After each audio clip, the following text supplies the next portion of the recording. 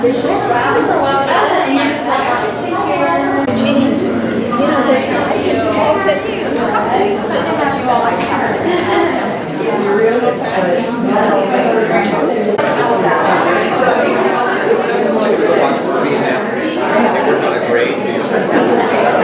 we are going to go ahead and get started with our program.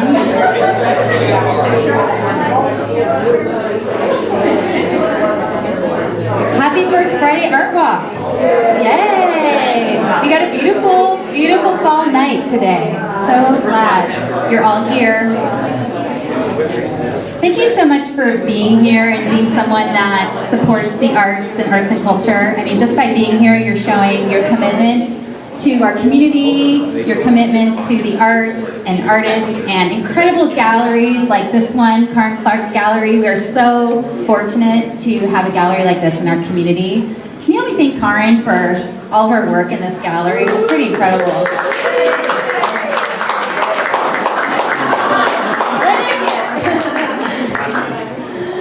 My name is Leora Sponka. I'm the Executive Director of Lane Arts Council. We host this art walk. We run arts education for youth. We support artists. Basically, we are trying to make everyone understand the importance of the arts in our communities, the importance of creativity in our lives, that we are all creative and it's essential to who we are and how we express ourselves, and make sure that young people have access to problem solving and their own creativity and self-expression.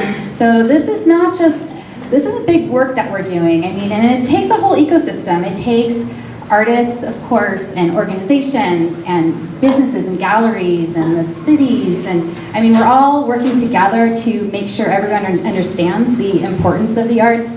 And it's just, you guys are essential to that, you know, as patrons and people of the arts, and purchasing art tonight and talking to artists, and really, you know, being here shows your commitment to that. So thank you for your part and your participation, and just know that you're part of this collective ecosystem. And really, we want to make sure Eugene is known for the fabulous arts community that it is, and get that word spread out and keep building this arts sector. So thanks for being part of that. We have a pretty exceptional art walk tonight. We're really going to feature some of the gem artists in our community. So, you know, we're starting here. We're going to talk to Margaret Coe. We're going to go to Blank Graphics. We're going to, you know, see Bev Sosi's work, the late Bev Sosi. Her work will be shown at Oregon Art Supply tonight. See Isla Rose's work. Really some incredible local artists. And what's really unique about our art walk is that you can join the tour for the whole night. You can join a couple stops. There's plenty of other galleries and venues open tonight, so make sure you get an art walk guide to see where you'd like to go. Choose your own adventure and make it your own. And so we hope you create a fabulous evening. And we're really grateful because Art Walk is possible because we have an important community supporters and businesses that sponsor and support the Art Walk. So I really want to thank Banner Bank. And Mike, thank you so much for sponsoring this art walk and several other art walks. Very community-oriented bank and partner, and so we thank you for that support. So as you may know, our art walk is also special because we have a host that guides us through the art walk that will interview the artists. And our host is the Executive Director of the Eugene Opera, Erica Rauer, who's been in her position for 1 year. Congratulations. And she's our office mate, so we're very neighbors in our work. And she actually is quite experienced art administrator and opera singer herself. She's worked with New York City Opera, Carnegie Hall, and she's also done some incredible work across the country. And so we're really lucky to have her here in our community and leading the opera, which is another fantastic arts organization in our community. And we are going to be doing a ticket giveaway tonight, and she'll tell you more about the performance in December, HMS Pinafore. And if you would like to win tickets, you can see Mariana, which she's in the back. Put your name on a little ticket, and we will do a drawing at the end of the night. You don't need to be present to win, but do fill your name out, and you'll get a chance to win tickets to their New Year's Eve performance. So please help me welcome Erica Rauer. Thank you, Leora. I'm thrilled to be here, and I'm very excited to introduce tonight's artist for this show, City of Light, Margaret Coe. Thank you. Margaret, we understand that these pictures were painted after an inspirational 5-week trip to Italy, and I'm wondering why Italy? Why did you choose Italy? Oh boy, I guess I've been painting in Italy can you hear me all right? I've been painting in Italy for, I think pretty much annually for 3 or 4 years.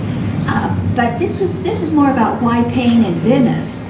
And that's something I wanted to share with you, why I chose this, because I wasn't even remembering when I made the commitment that I wanted to spend some real quality time really having a painting experience in Venice. But I noticed on my Facebook page, and I've been passing along, that Venice is experiencing a flood right now. And I don't know how many have seen that, but people are walking around in rubber boots. It looks like it's about 16 inches or more of water. And there's videos of people carrying pizzas around and, carrying on it. But it reminded me that quite a few years ago, when I ran across an article mentioning for the 3rd or 4th time that Venice was so vulnerable when we started having the sea rises, when the sea levels start rising, that it's just like one of the first places to go. And I remember, this was quite a few years ago, because that's been known for quite a while, but I remember thinking, I need to somehow get the time and the resources together to spend a real good amount of time with Venice, because it's just, I think it's a jewel, the most beautiful city in the world, and it's, at least that I'm aware of, and it's just something that I felt that it wasn't always necessarily going to be around, sadly. So but I sort of forgot about that and that aspect of it. But I had gone in 2017 for a short period of time. It's so hard to get around Venice, and it's so hard to find places to paint that I only got a few things done on that trip. So when I got home, I think within a couple of months, I scheduled 5 weeks in Venice. 2 different Airbnbs, one in the Dossoduro area and one in Castello. And so this was the plan. This time I thought it's not a biennial year, and the last time I was going to shows and all these things, but I spent every day painting. And so out of this bunch of paintings you see, 17 were painted. Not just inspired by Venice, but they were painted on the spot. Out of those 17, there were only 3 that I did a little bit more on, when I was at home. So they're very immediate, and that was my intention. And I was just delighted to be able to put them together. In fact, I'm thinking of this show and this body of work as a love song to Venice. Anyway. That's fascinating too, that you're concerned about the climate aspect of Venice changing, because then I see the paintings in a different light, almost as if there's a bit of menace in some of the clouds, and like particularly that one over there, the sky is changing so much, So I was curious too about how being in a space where there are all sorts of old masters' work present in museums and churches, how that impacts your own work. Well, Venice has been painted by many great painters, and some like Canaletto, it's a major theme. But I have 2 of my favorite painters. I mentioned this this is probably redundant to anyone who's at my talk on Saturday, but there's 2 painters, Turner and John Singer Sargent, who are longtime favorite painters of mine. And at different times, like in the kind of late 1980s, when I was in New York, I saw a huge John Singer Sargent show with all the portraits and everything. In one section, he had 2 or 3 paintings from Venice, and they were oil paintings, so they weren't the watercolors that are more familiar now. These are pieces that I don't remember seeing reproduced, but they were so different from his other paintings. It was like he got into these walls with these dark, very narrow, tiny kind of almost like alleyways, walkways, and they'd be very dark. And because he's such a strong figurative painter, he chose to put a little bit of action right in that dark space, and that part of the painting was in the dark, but because they were right on the entry, there'd be part of them in the light, and I just never forgot those paintings. But part of it was because I thought, here's someone whose work I'm familiar. It was a person who was skilled with, figures to landscapes, and fully, just a fully skilled painter. But he did something different in Venice. Venice seemed to demand there were more blacks and darks in the dark areas. So that was an experience that I just still remember. And then I think it was in the 2000 aughts, that I was in France, and I was at, I can't remember what museum, but I found this book that I bought on Turner's watercolors of Venice. And they were, and I refer to those a lot, I look at those a lot, and they were different from other Turner paintings. Of course, his watercolors are, really light touch in comparison to his paintings, but his paintings generally have huge amounts of sky and some kind of drama going on with the light or a fire or something. But the sky is enormous, and these were fully filled with architecture, because the architecture so much. So my feeling was with these two painters that I admire so much is that when they were in Venice, they changed the way they worked because of Venice.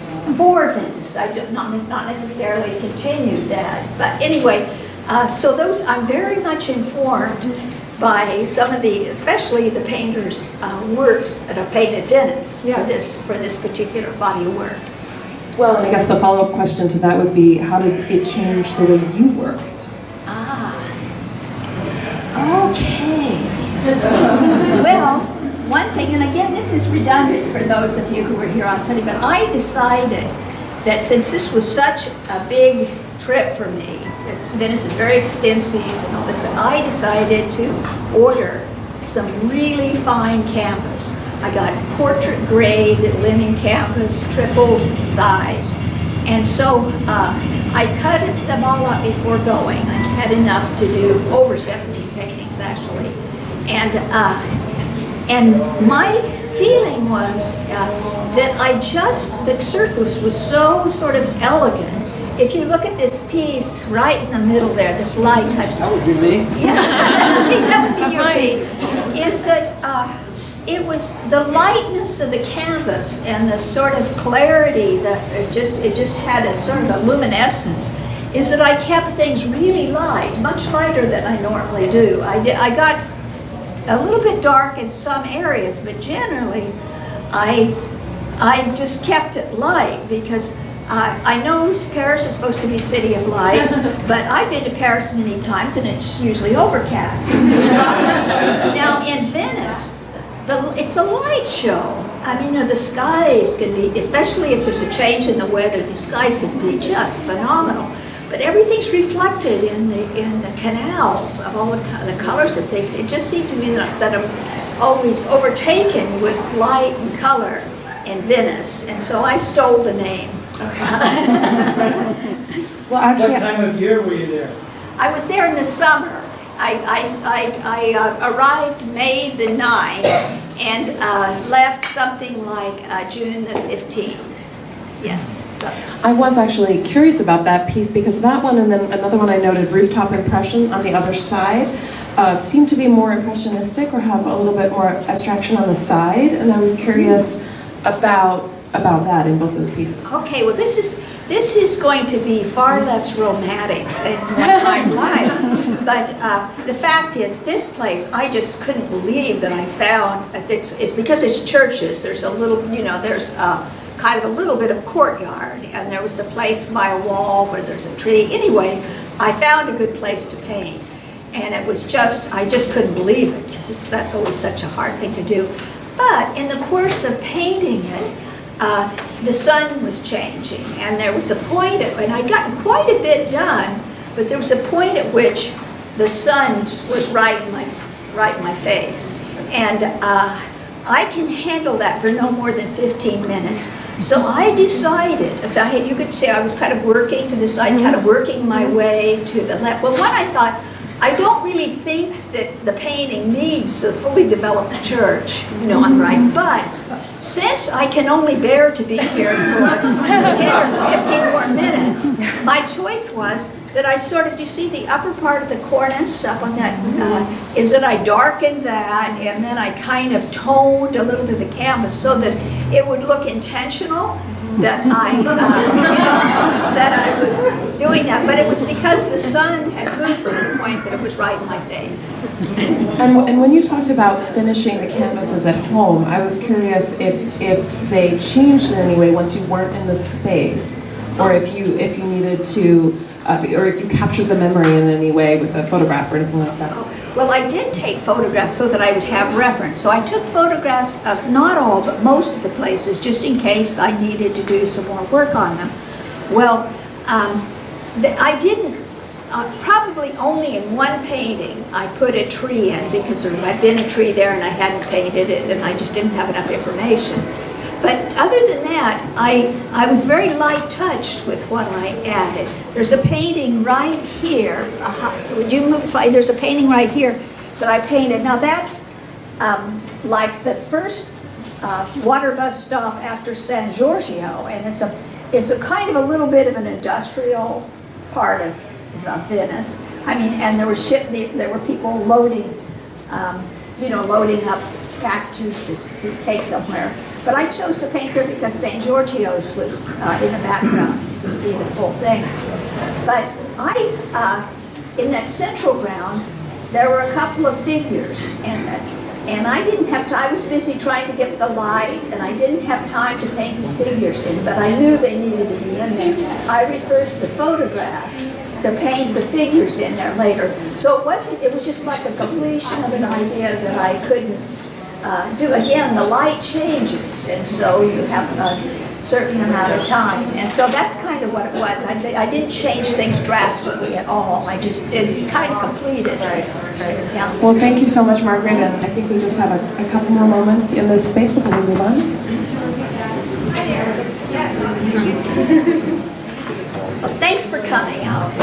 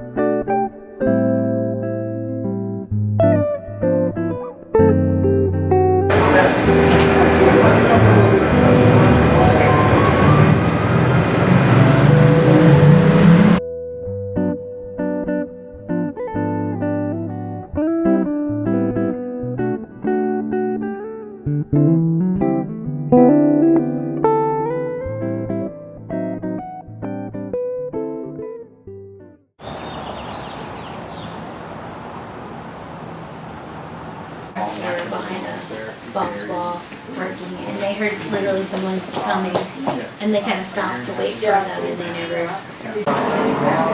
Chair that I got at her studio sales, and then we have one. No. It is, we do run classes here sometimes during the day. So they let us. So none of these is beautiful. That's correct. Yeah, these are all private, out of private collections. I remember seeing and that. we just wanted to celebrate. Yes, wonderful, yeah, she was really an incredible artist. Because a lot of my name is on the pretty hard thing, and I've been referring them to the whole bed,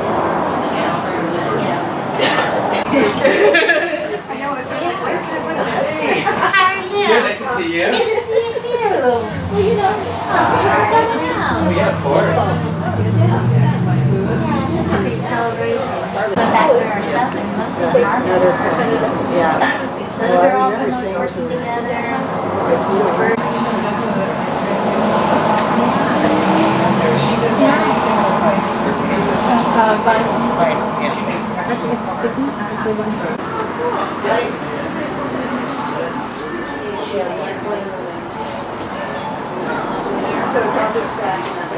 There was a bunch of them, and her son's a little Carrie.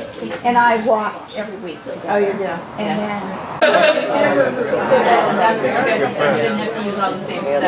Really embarrassing. Coming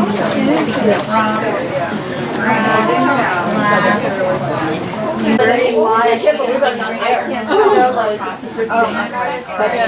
evening, everyone. I'm Erica Rauer. I'm the Executive Director of Eugene Opera, and I'd like to welcome you to our third Art Walk stop tonight, the work of Bev Sozi in the show Collected Memories. So thank you so much for being here.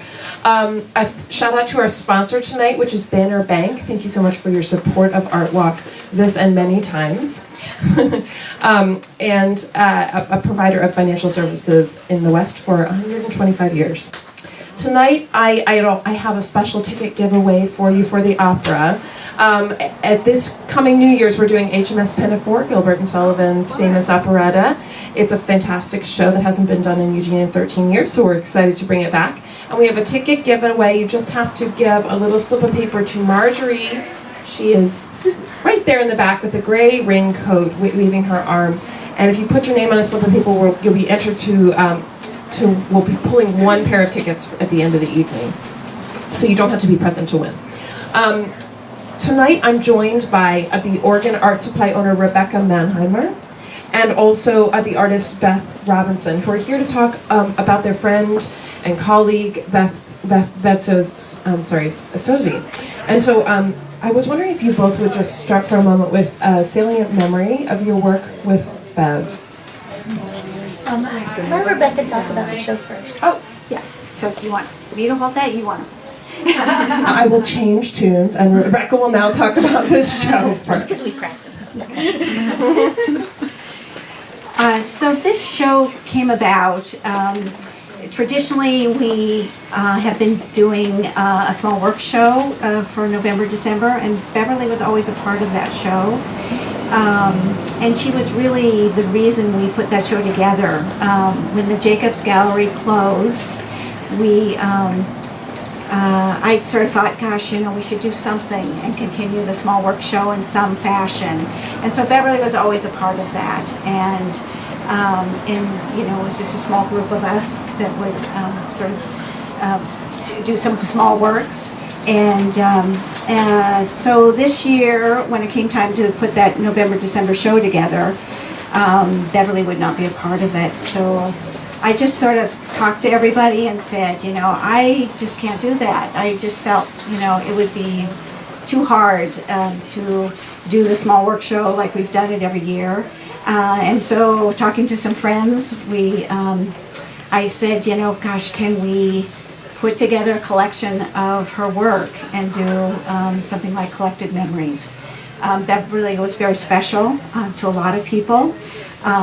She was very prolific and did a lot of work, and there were a lot of people in the community that had collected her work over the years. And everyone was so generous and lovely to loan their work for the show, and I think it's a lovely thing to see and to witness. And there's lots of stories behind the work, which is also pretty special.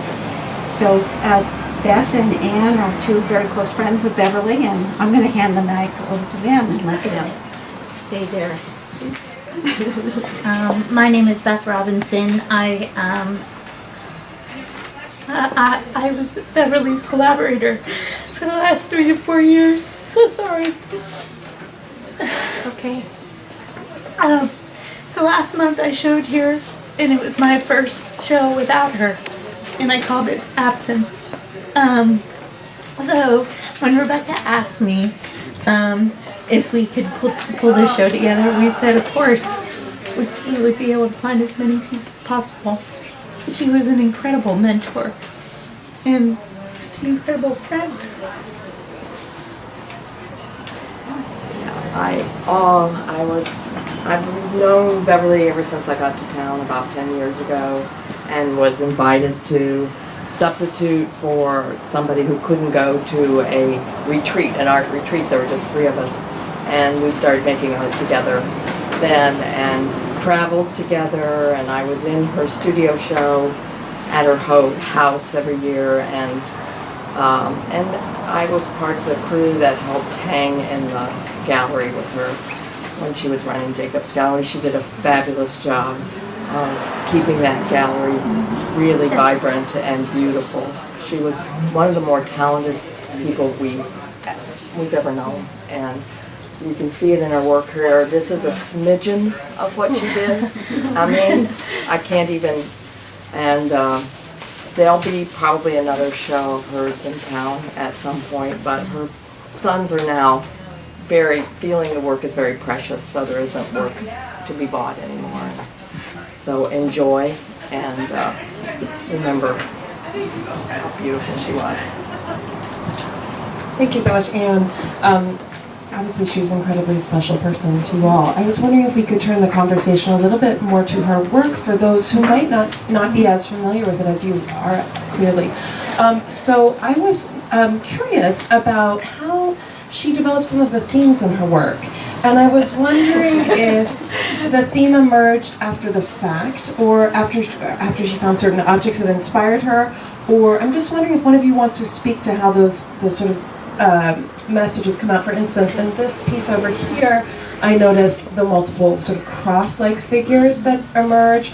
So I was wondering if one of you wanted to answer that question. Sure. This specific piece she showed at OHSU, and it was about science.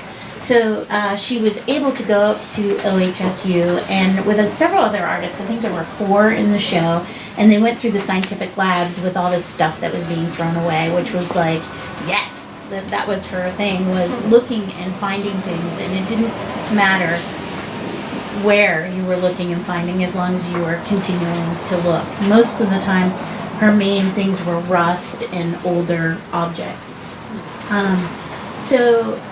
She had brought home all these test tubes and all these pieces and made probably about 13 to 15 works for that specific show.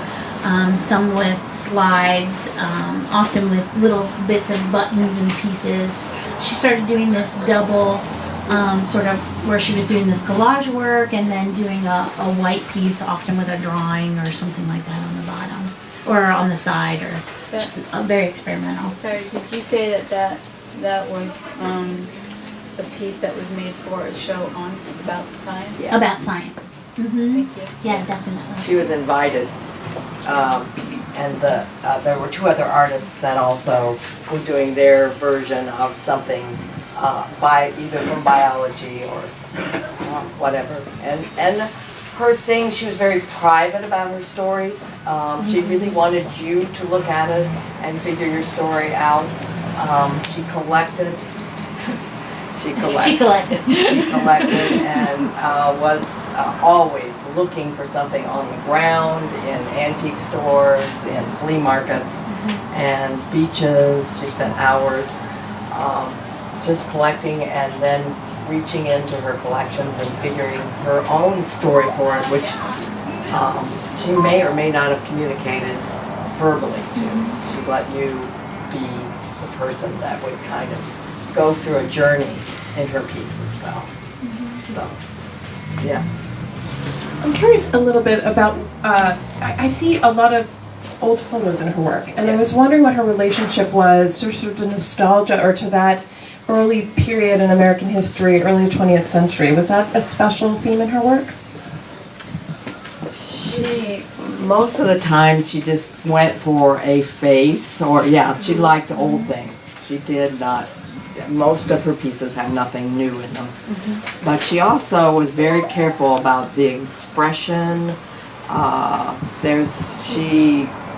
I would watch her sort through, and a lot got set aside that I thought were pretty interesting, and then something would just hit her, and that'd be for the piece. So again, it's that personal journey she took with everything she put in it, and made a story. There's one specific piece that she showed at Gordino. You might be able to see it on there if you look back through their history. It was called Men with Hats. And during the course of our 3 years together, we spent looking for photos with men with hats, plastic things with men with hats, anything with men and hats. And so then it got to be this joke, oh, look, another man with a hat. Another man with a hat. Look, a man with a hat. Oh, look at all these men with hats. And this piece became really big. It's probably like a foot high by 3 feet long. And it's one of her last pieces. And it's on her website. Her website is still up, so you can see it if you do Beverly Sosi Design Studio.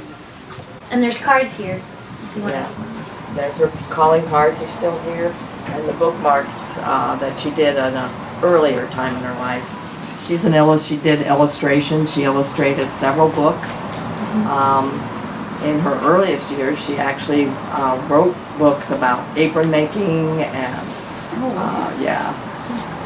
Well, actually, that's a nice segue to another question I had, which was I just noticed all the sewing notions in her work, the buttons, the fine, detailed sewing, and I was wondering if there was sort of an undercurrent of feminism in that, repurposing women's art and making sort of fine art out of it. Exactly. Yeah, she loved the needle and thread. She actually preferred to sew things together to glue. She hardly ever used glue, unless it was a flat sheet of paper. She sewed and sewed and sewed, and her stitches were never measured. It was her own little rhythm that just went through, and they look perfect. But yes. Does anyone in the audience want to share any memories of Bev, or if you're a collector of her work, a piece that you have? No. I could share. Yeah? I'm Anita Browning, and I'm also privileged to have had Beverly as my mentor. And what I remember is her generosity. She would say, why don't you just come over and we'll play at the art table? Just such an openness, such a willingness. And when I first met her, I was very involved with caring for my mother, who was ill and later into hospice. And my partner asked, do you ever teach your wonderful style? And she said, well, I'd be willing to. Just let me know when you're ready. And I would keep touching base with her, and it was another year and a half before I made the time. But she was there for me, and so willing, and just incredible skill and willingness to share. So, a great loss to our community, a beautiful woman. Thank you. Does anyone else want to make a remark? Well, thank you so much for sharing your memories and giving us some insights into Bev's work, and we're very sorry for your loss. Yeah.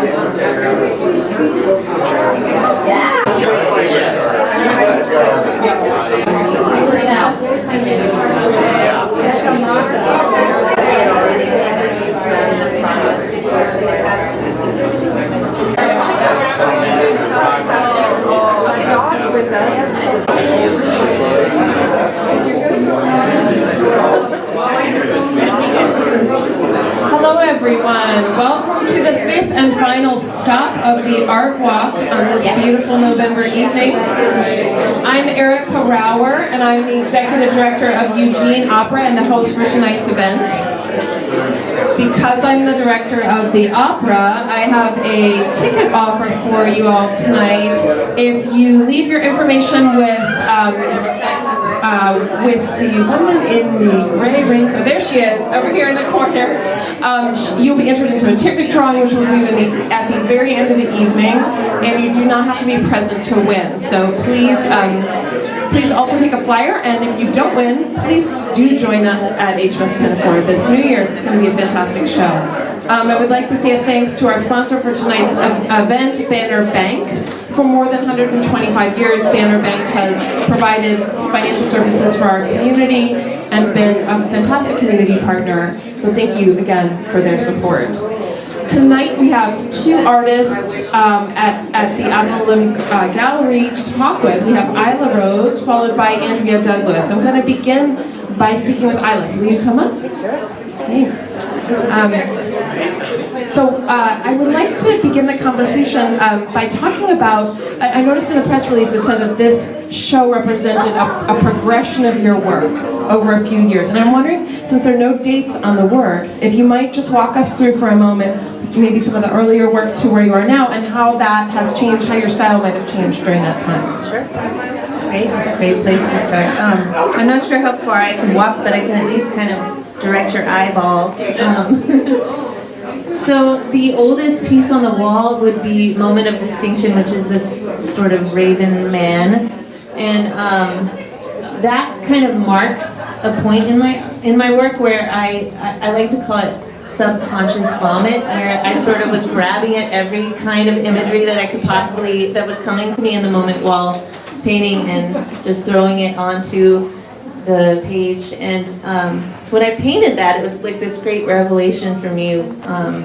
I don't really know where, I guess where I was at before that was I was stuck in this land of painting from realism, and I wanted to be more imaginative. So also that for me kind of marks the spouting of my imagination, the literal vomiting and spewing of my imagination. Excuse my language. So anyways, a lot of the pieces in that time zone were this one, or I would say the pieces on the wall from that time were this one, and the top, My Love Is True, and then Conjunctio here, and then the one with the bowl head, it's called Kill Hole, that was painted 2 years ago, and the rest were all painted last year, and this is my most recent work, which is still in progress. Thank you. So one thing I noticed about your work is that human forms seem to have both an antagonistic and a positive and sort of almost enfolded relationship with nature. And I was wondering if you could talk about how you see humans in nature. That's a cool observation. Well, I guess I imagine that in Eugene we can all relate to the idea that humans are intrinsically connected while at the same time destructive forces of nature and with nature. So I think that you can probably see that in my work. I don't know if I consciously had ever really thought of it like that, but it makes a lot of sense. And I do find that for me, the meaning in what I paint kind of develops through talking with people and how you all see the work as well. Nature has been a huge part of my work just because I was brought up in nature a lot and camping, and my dad's really into wilderness survival skills and just closeness with nature has always been sort of our family's spirituality and stuff. So that comes in a lot and feeds my art. I guess I'm not sure if I covered that.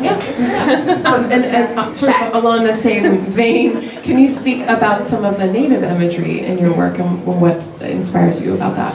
Sure.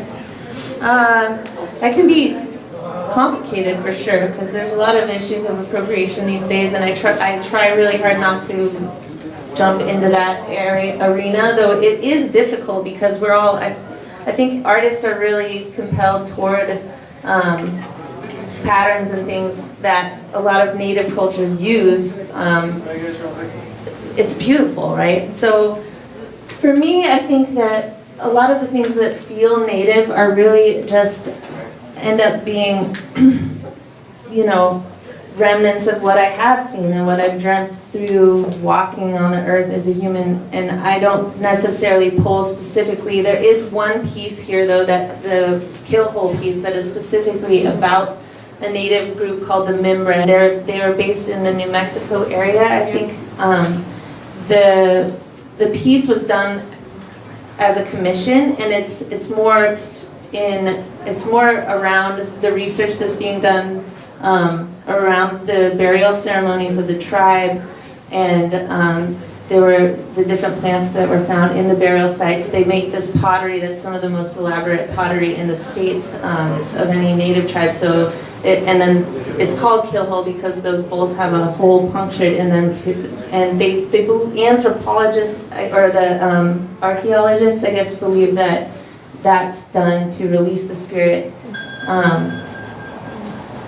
I'm sure that there's a lot more research that could be done and asking tribal people that live in the area. And again, this was a commission, so I would like to learn more myself. But otherwise, I think that as artists, we do tap into a space that is accessible by all of us. And especially if you're inspired by nature, and cultures that are close to nature are tapping into that same space, that we do stumble upon very similar imagery. And also we're visual learners, and I am, so I grasp on imagery that has appealed to me as I've grown.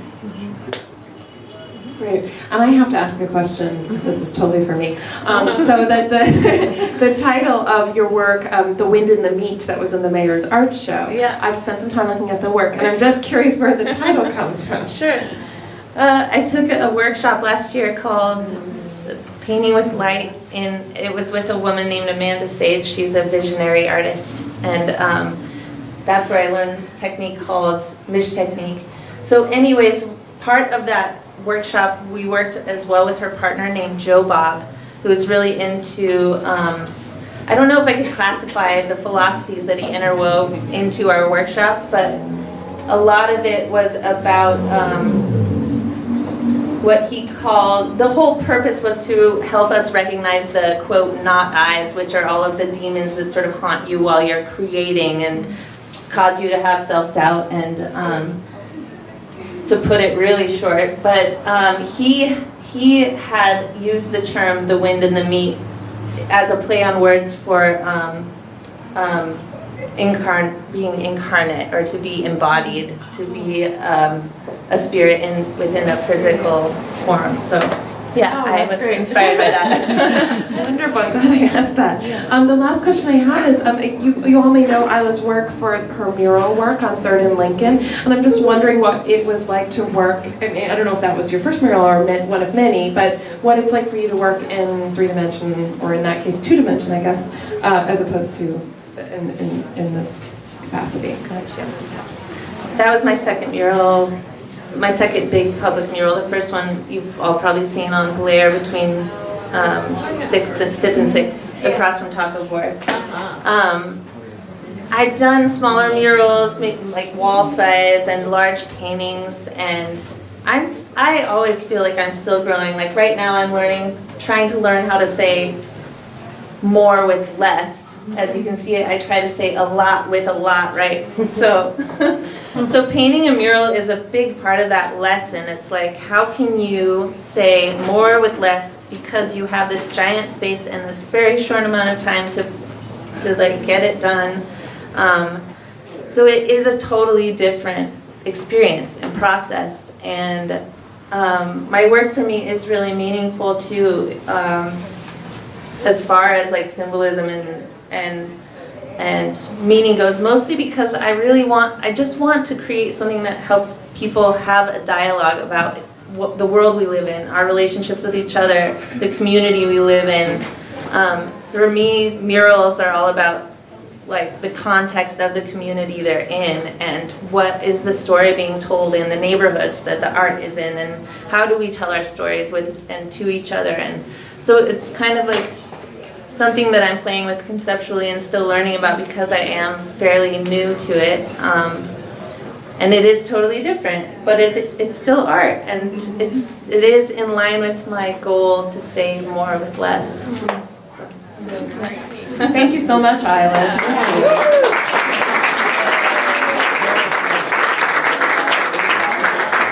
So now I'm going to speak with Andrea Douglas. Actually, No. I'm Heather Halpern. Okay, and who are you? You're not on my form. I know, isn't it a quick change of plans? Okay. My name is Heather Halpern with Whitaker Printmakers. I'm the executive director there and president of Fine Arts Brigade. We are renting this wall right behind you, and we are making that space available for artists in the community. And this month we're exhibiting Andrea Douglas's work. And we're thankful to Tim Boyden for offering us this space, and happy to see all of you out here celebrating artists and artwork. Hope you enjoy the shows, hope you're enjoying the art walk. And a little bit about Fine Arts Brigade. It's a nonprofit, and the first project of Fine Arts Brigade is Whitaker Printmakers. It's a community art studio, basically for printmakers, but we also have painters as members that use our space. We have weekly figure drawing sessions from 6 to 9 every Sunday evening, and we have a fantastic turnout for that. We have rotating exhibits at Whitaker Printmakers, and this month we have Sue Allen, which is a printmaker with Print Arts Northwest, and she shows all over the place. She was at our facility this evening, actually earlier in the day, to give an artist talk and demo. It was fabulous. I wish you all could have been there for that too.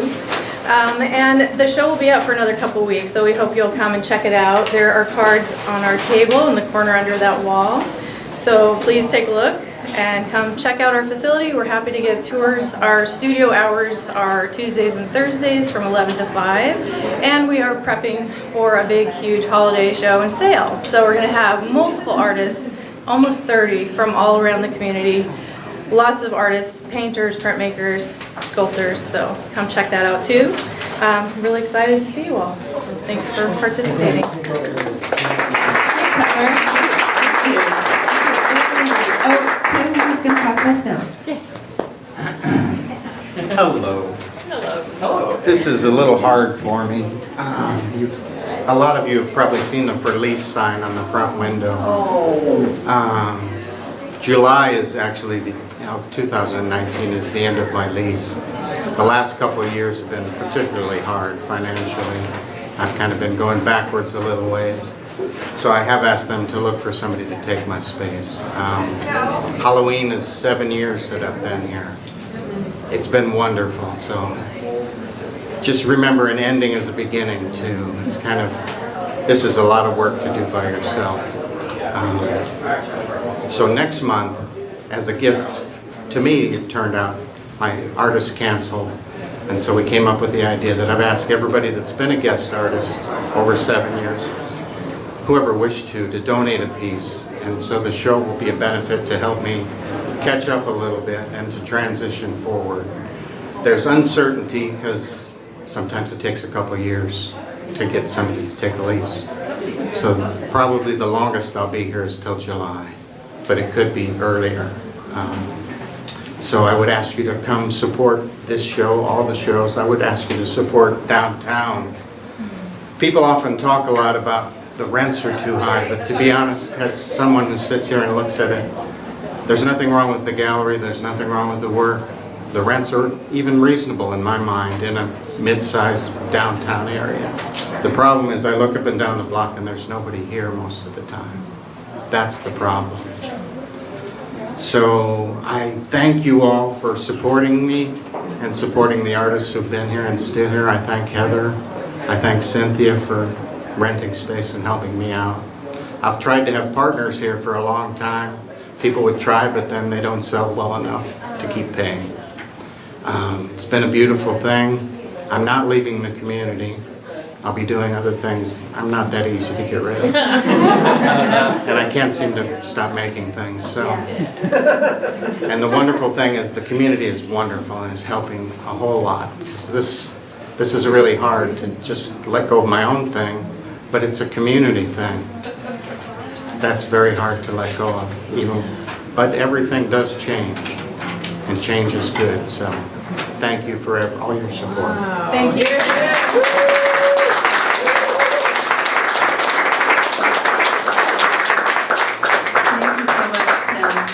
Thank you for your service to the community. Now I'd like to bring up Andrea Douglas. No. Sorry, why not? Okay, so that concludes our art walk for the evening. Please enjoy Andrea's work on the other side. And we will do the drawing right now, just in case you've hung out until the end.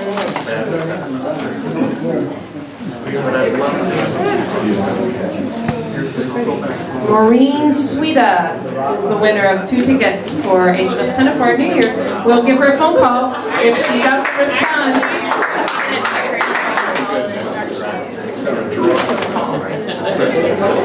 All right. Thank you, everyone. Please join us for the next Friday Art Walk on December 7th. We'll see you then.